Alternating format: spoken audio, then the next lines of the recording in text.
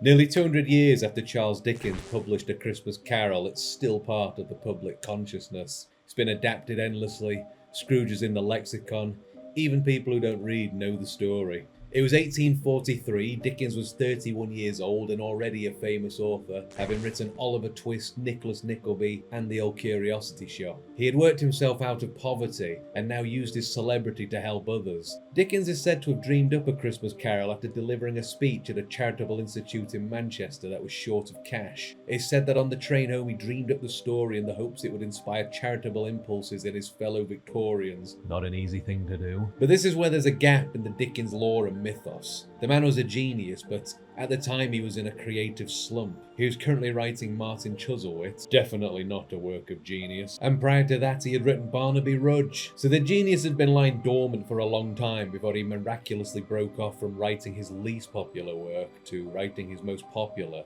and doing so in a matter of weeks. How did he pull it off? Well, the truth is, he had some help, because technically, he'd already written it. The real Scrooge origin goes back 7 years earlier. It was 1836, Dickens was 23 and a young parliamentary reporter, at a time when prime ministers were people like Robert Peel and the Duke of Wellington. Bit different today, isn't it? He'd published a book of non-fiction called Sketches by Boz, which looked at scenes of London life and had been moderately successful. Anyway, he got a gig with the publishers Chapman and Hall to write short bits of text that would accompany humorous illustrations of Cockney life by the illustrator Robert Seymour. Doesn't sound like a great gig, but what happened next changed Dickens' life forever. Dickens had too much drive and vision for such hack work and clashed from the beginning with Seymour over who would lead. When Seymour left the project, Dickens took over and the picture book morphed into a full-blown novel. It was called The Pickwick Papers and it grew into a sprawling comic mega-novel about the misadventures of Samuel Pickwick and his companions. It was published in monthly installments for $1,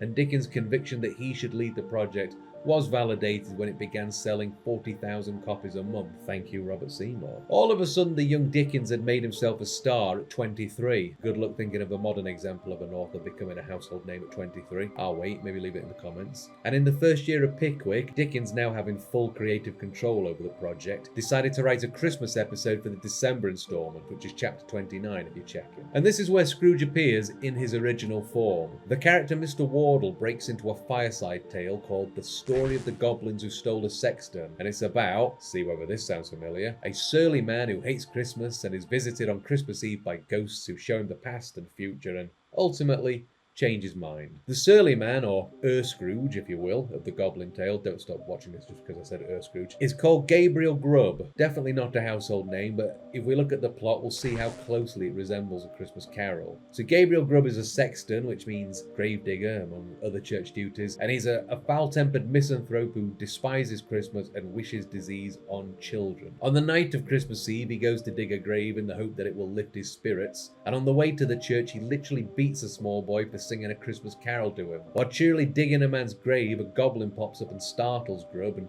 chastises him for his miserable ways. He then drags him down into his goblin lair and shows him visions of poor families and unhappy Christmas scenes. There's one with a small child who dies, interestingly, before spewing him back up into the graveyard where Grubb has his epiphany and is scared straight. It's a lot more blackly comic than A Christmas Carol.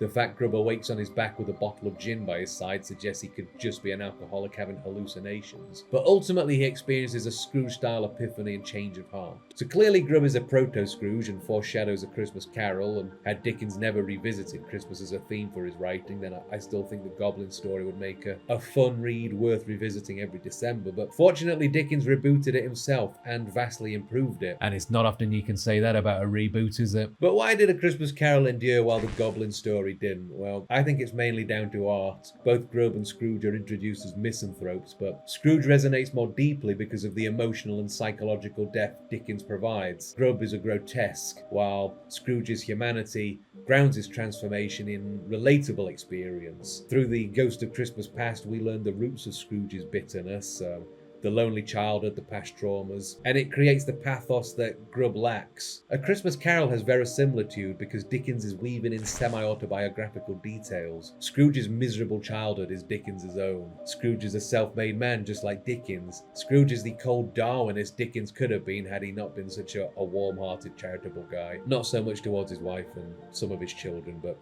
Nobody's perfect. Where Grub is fairy tale morality, Scrooge is shaped by Victorian reality. His bar humbug, while it has comic connotations today, isn't mere cynicism. It's actually a defense mechanism born of insecurity and trauma. No one ever showed him any goodwill, so why should he do it for others? It's because Dickens lets us see the world through Scrooge's eyes that his redemption arc is not only believable, but cathartic, satisfying. Ultimately, Grub is a great prototype, but Scrooge is the finished masterpiece. But whether he could have existed without Grub as a sort of primitive ancestor in the Dickens literary universe is, at least to me, doubtful.